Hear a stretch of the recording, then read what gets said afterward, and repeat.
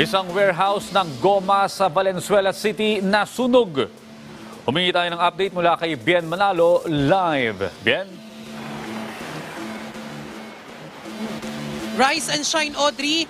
Umabot sa fourth alarm ang sunog na sumiklab sa isang warehouse dito sa Barangay Lingunan, Valenzuela City. Dakong 3:35 kaninang umaga nang itaas sa unang alarma ang sunog na sumiklab sa isang industrial building dito sa Barangay Lingunan, Valenzuela City. At dahil sa lakas ng apoy, bandang 4:23 nang itaas na ito sa fourth alarm. Idineklara namang fire under control pasado alas 5:30. Napag-alamang isang warehouse ng goma ang gusali na may 4 na palapag. Wala namang naitalang nasaktan o namatay sa sunog.